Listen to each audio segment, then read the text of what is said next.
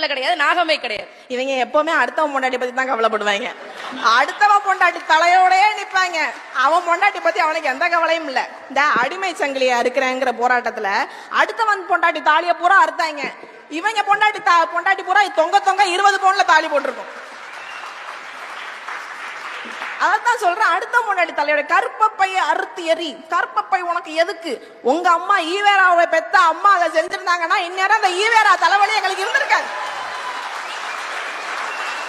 ஆமா ஆமா, எதுக்கு சனியே? அந்த அம்மா அப்பவே அறுத்து போட்டு இருந்துச்சுன்னா இல்லங்க, ஈவேராவுடைய அடிவரடி கருணாநிதி அவருடைய துணைவியார் 10 பேருக்கு மனைவியார் 10 பேருக்கு இதை செய்ய சொல்லியிருந்தாருன்னா இந்நேரம் ஸ்டாலின் தலைவலி எங்களுக்கு கிடையாதுங்க. உதயநிதி, இன்பநிதி, துன்பநிதி, துயர நிதி, இளவு நிதி, எட்டு நிதி, கர்மாதி நிதி, காடாத்து நிதி, எந்த கர்மத்தையும் பார்க்க வேண்டிய விதி எங்களுக்கு இல்ல. கற்பப்பை யாரு தெரியணுமா? அறிவில் சிறந்த கருத்து என்ன?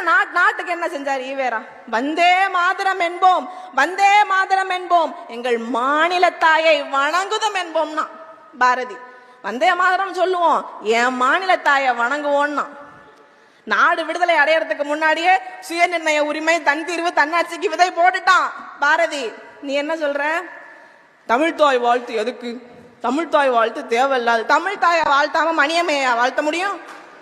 என்ன யார